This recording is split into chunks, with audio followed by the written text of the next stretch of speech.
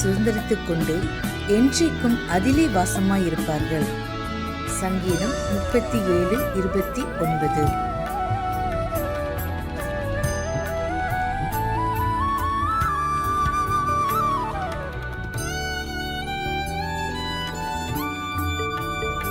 The righteous shall inherit the land and dwell therein forever. Psalms 37:29. ஆண்டவரும் இரட்சகருமாகிய இயேசு கிறிஸ்துவின் நாமத்தினாலே காட் கூசிஸ் மினிஸ்ட்ரீஸின் யூடியூப் சேனல் வாயிலாக உங்களை சந்திப்பதில் பெரும் மகிழ்ச்சி அடைகிறேன். இந்த புதிய நாளிலே தேவனாகிய கர்த்தர் நம்மை நினைத்து ஆசீர்வதிக்க விரும்புகிறார். கடந்த நாட்களிலெல்லாம் நம்மை பாதுகாத்து இந்த நாளுக்குள் பிரவேசிக்க நமக்கு இரக்கம் பாராட்டியிருக்கிற தேவாதி தேவனுக்கு ஸ்தோத்திரம் உண்டாவதாக. அவருடைய இரக்கங்களும் அவருடைய தயவும் அவருடைய கிருபையும் நம்மை ஒவ்வொரு நாளும் பின்தொடர்ந்து கொண்டிருக்கிறதினாலே தொடர்ந்து நாம் கர்த்தருக்கு நன்றியுள்ளவர்களாய் இருப்போம். கர்த்தர் நமக்கு சொன்னவைகளையெல்லாம் நிச்சயம் நமக்கு செய்யத்தான் போகிறார். தேவன் செய்ய போகிற அதிசயமான காரியங்களை எதிர்நோக்கி காத்திருப்போம். நம்முடைய நம்பிக்கையிலே விசுவாசத்திலே உறுதியாய் நாம் தரித்திருப்போம். தேவனாகிய கர்த்தர் ஒவ்வொரு நாளும் நம்மோடு பேசும்படியாய் கொடுக்கிற ஒவ்வொரு வார்த்தைகளையும் பற்றி கொள்வோம். ஏனெனில் கர்த்தருடைய ஒவ்வொரு வார்த்தையிலும் ஜீவனுண்டு. அந்த ஜீவனுள்ள வார்த்தைகளை நம்பி காத்திருப்போம். தேவனாகிய கர்த்தர் பெரிய காரியங்களை செய்வாராக. ஆமென்.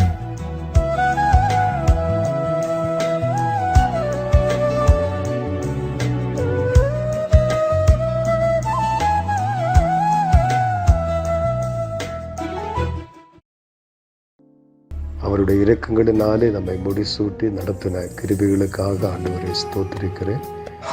அவருடைய இரக்கங்களுக்கு முடிவில்லை என்பதாக நாம் வேதத்திலே வாசிக்கிறோம். நாம் கடந்து வந்த பாதைகளிலே வந்த வேதனைகள், கண்ணீர்கள், வாழ்க்கையில் வந்த எல்லா சூழ்நிலைகளிலும் தேவனுடைய கிருபை, அவருடைய இரக்கம் நம்மை பாதுகாத்ததற்காக ஆண்டவரை ஸ்தோத்திரிக்கிறேன். இந்த நாளிலும் நம்முடைய தியானத்திற்காக மத்தேயு எழுதின சுவிசேஷம் 11ஆம் அதிகாரம் 28வது வசனத்தை நான் உங்களுக்காக வாசிக்கிறேன். வருத்தப்பட்டு பாரம் சுமக்கிறவர்களே, நீங்கள் எல்லோரும் என்னிடத்திலே வாருங்கள், நான் உங்களுக்கு இளைப்பாறுதல் தருவேன் என்பதாக இயேசு சொல்லியிருக்கிறார். இந்த வேத வசனத்தின் மூலமாக ஆண்டவர் நம்மோடு இந்த நாளிலே பேசும்படியாய் ஜெபத்தோடு எதிர்பார்ப்போடு தேவனுடைய வார்த்தையை கேட்கும்படி உங்களை கேட்டுக்கொள்கிறேன்.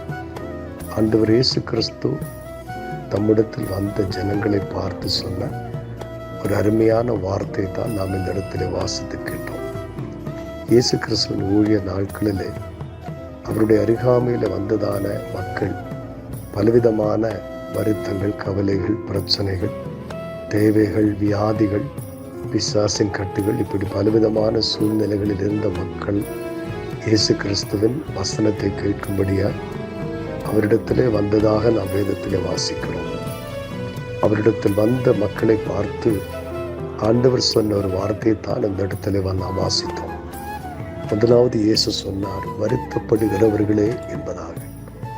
வருத்தப்படுகிறவர்கள் என்று சொன்னால் வாழ்க்கையிலே துக்கங்களை, கவலைகளை, துயரங்களை அனுபவிக்கிறவர்கள் என்று அர்த்தம்.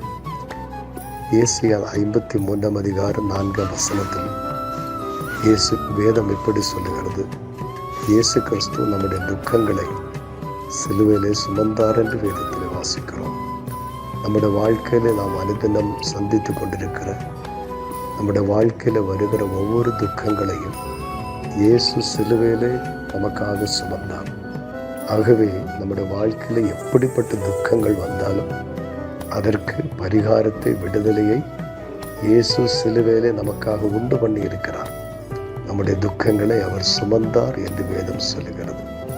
எரேமியா 33ஆம் அதிகாரம் 13ஆம் வசனத்தில் நம்முடைய சஞ்சலங்களை போக்கி நம்மை சந்தோஷப்படுத்துவதாக வேதத்திலே வாசிக்கிறோம். நான் அவர்கள் சஞ்சலத்தை போக்கி அவர்களை சந்தோஷப்படுத்துவேன் என்று ஆண்டவர் சொன்னார். யோகன்னான் யோவான் 16:20 உங்கள் துக்கம் சந்தோஷமாக மாறும் என்று ஆண்டவர் சொல்லியிருக்கிறார்.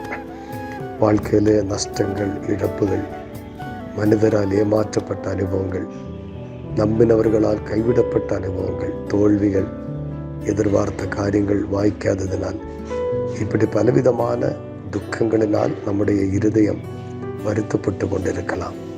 இந்த வார்த்தை கேட்கிற எனக்கு அன்பான சகோதரி, சகோதரனே, உங்கள் வாழ்க்கையில் இருக்கிற வருத்தங்களை, உங்கள் இருதயத்தில் இருக்கிற அத்தனை சஞ்சலங்களையும் நீக்கி உங்களை மகிழ்ச்சியினால் நிரப்புவதற்கு அவரால் கூடும். நம்முடைய கண்ணீரை துடைக்கிற ஒரு நல்ல ஆண்டவர் இயேசு கிறிஸ்து. ஒருவேளை யாருக்கும் தெரியாமல் அழுது கொண்டிருக்கிற பல காரியங்கள் நம்முடைய வாழ்க்கையில் இருக்கலாம்.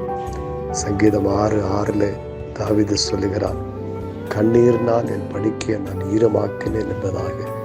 இந்த வாழ்க்கையில் வந்த அநேக கண்ணீரான சூழ்நிலைகளை வேதம் சொல்லுகிறது ஆண்டவர் மாற்றி இந்த வாழ்க்கையை ஆண்டவர் மகிழ்ச்சியினால், சந்தோஷத்தினால் நிரப்பினதாக நாம் வேதத்தில் வாசிக்கிறோம்.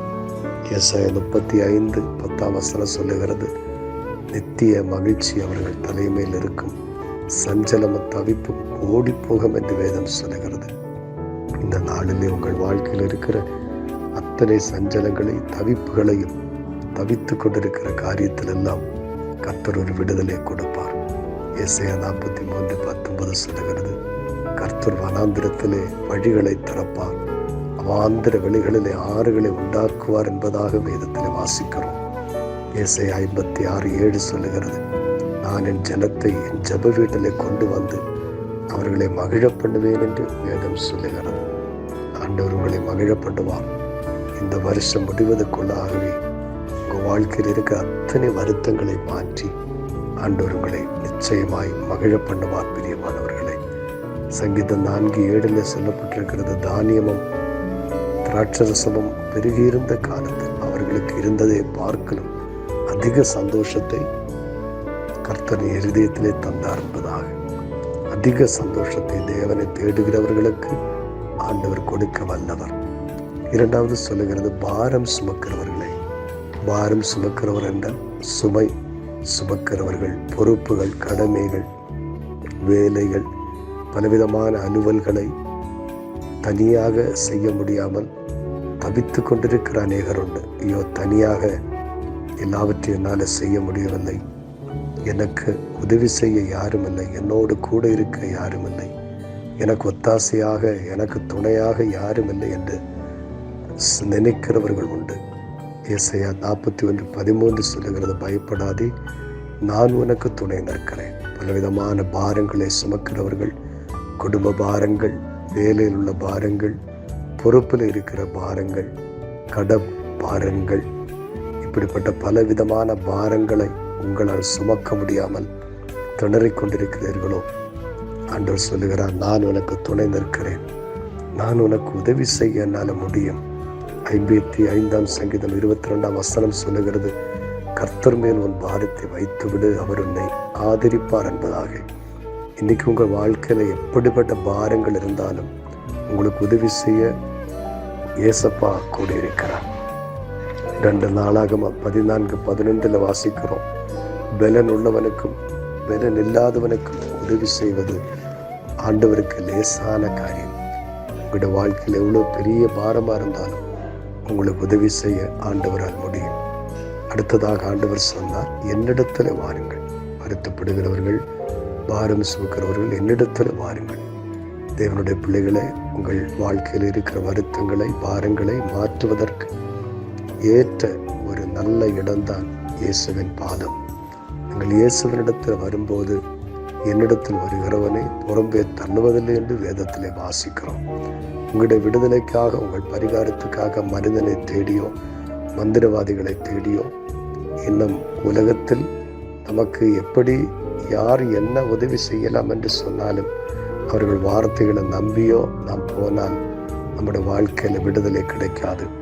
தேவனிடத்தில் வர வேண்டும். நமக்கு ஒரு வருத்தம் வரும்போது, ஒரு பாரம், ஒரு பிரச்சனை வரும்போது நாம் முதலாவது செய்ய வேண்டியது அவருடைய பாதத்தில் போய் முழங்கால் படியிட வேண்டும். அவரை தேட வேண்டும். இயேசுவனிடத்தில் வர வேண்டும். மனிதன் மீதோ பொருள் மீதோ பணத்தின் மீதோ பலத்தின் மீதோ நம்முடைய நம்பிக்கை போகக்கூடாது. நம்முடைய நம்பிக்கை இயேசுவின் மீது மட்டும்தான் இருக்க வேண்டும். அவரிடத்தில் வர வேண்டும். அவர் நமக்கு உதவி செய்வார். கடைசியாக ஆண்டவர் சொன்னார், நான் உங்களுக்கு இளைப்பாறுதல் தருவேன் என்பதாக. ஆறுதல் தருகிற ஆண்டவர். துயரங்களை மாற்றி பாரங்களை மாற்றி நம்முடைய வாழ்க்கையில ஆறுதலை கொடுக்கிறவர். ஏசாயா 66:13 வாசிக்கிறோம், ஒரு தாய் தன் பிள்ளையை தேற்றுவது போல ஆண்டவர் நம்மை தேற்றுவார். ஏசாயா 49:15 சொல்லுகிறது, ஒரு ஸ்திரீயானவள் தான் பாலகனை மறந்தாலும் நான் உன்னை மறப்பதில்லை என்று ஆண்டவர் சொல்லுகிறார். மன நிம்மதியை தருகிறவர். இன்றைக்கு வாழ்க்கையில நிம்மதி இல்லாமல், சமாதானம் இல்லாமல், துயரங்களினால் கவலைகளினால் பாரப்பட்டிருக்கிற எனக்கு அன்பான சகோதரி சகோதரனே, இயேசப்பா உங்களுக்கு ஆறுதலை கொடுப்பார். எல்லா சூழ்நிலைகளையும் ஆண்டவர் மாற்றுவார். உங்கள் வாழ்க்கையில ஆண்டவர் பெரிய காரியங்களை செய்வார். இந்த வசனத்தை கேட்கிற ஒவ்வொருடைய வாழ்க்கையிலும் ஆண்டவர் ஆறுதலையும் சமாதானத்தையும் தந்தருள்வாராக. ஆமென். ஆமென்.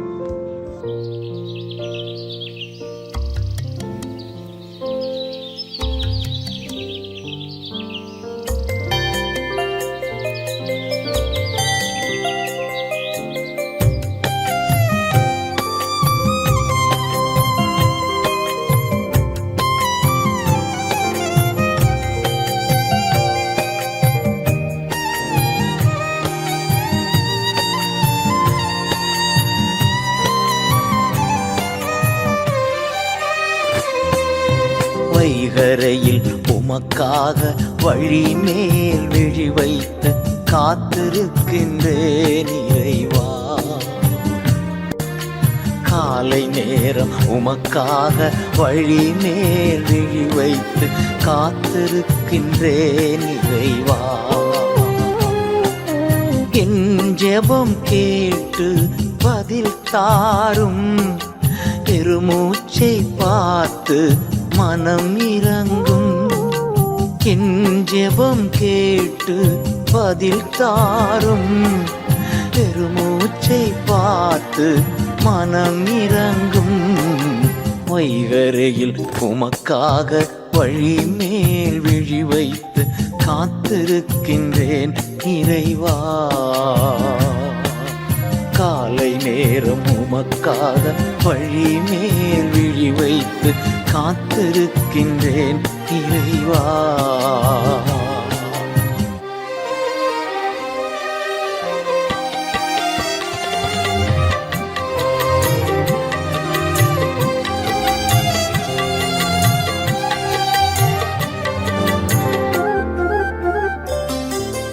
உம் இல்லம் வந்தேன் உம் கிருபையினால், பயபக்தியோடு பணிந்து கொண்டே.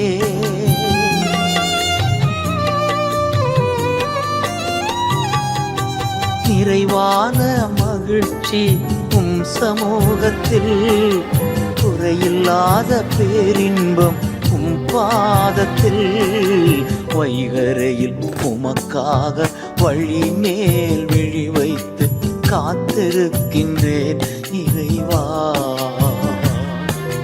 காலை நேரம் உமக்காக வழி மேல் விழி வைத்து காத்திருக்கின்றேன் இறைவா.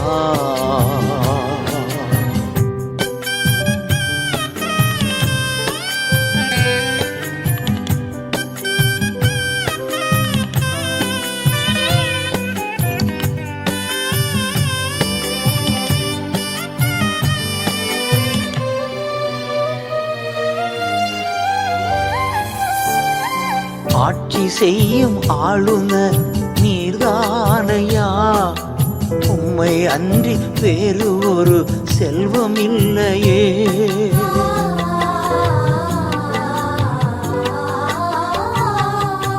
நீர்தானே எனது உரிமை சொத்து, எனக்குரிய பங்கும் நீர்தானையா. வைகரையில் உமக்காக வழி மேல் விழி வைத்து காத்திருக்கின்றேன் இறைவா. காலை நேரம் உமக்காக வழி மேல் விழி வைத்து காத்து காத்திருக்கின்றேன் இறைவா.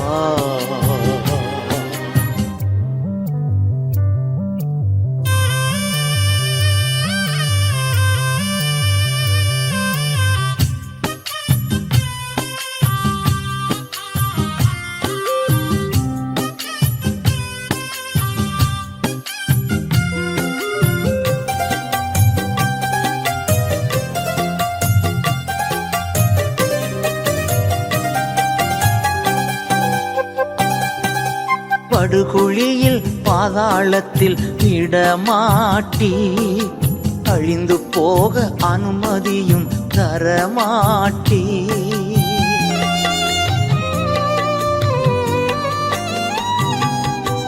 என் இதயம் பூரித்து துள்ளுகின்றது, என் உடலும் பாதுகாப்பில் இளைப்பாறுது.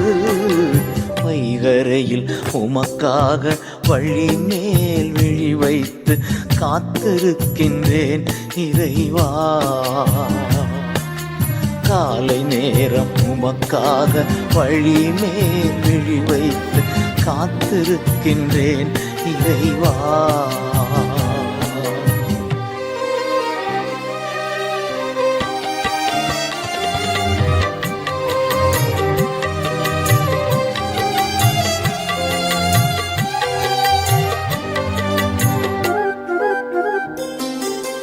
காலைதோறும் திருப்தியாக்கும் கிருபையால் நாளெல்லாம் களி கூர்ந்து மகிழ்ந்திருப்பே.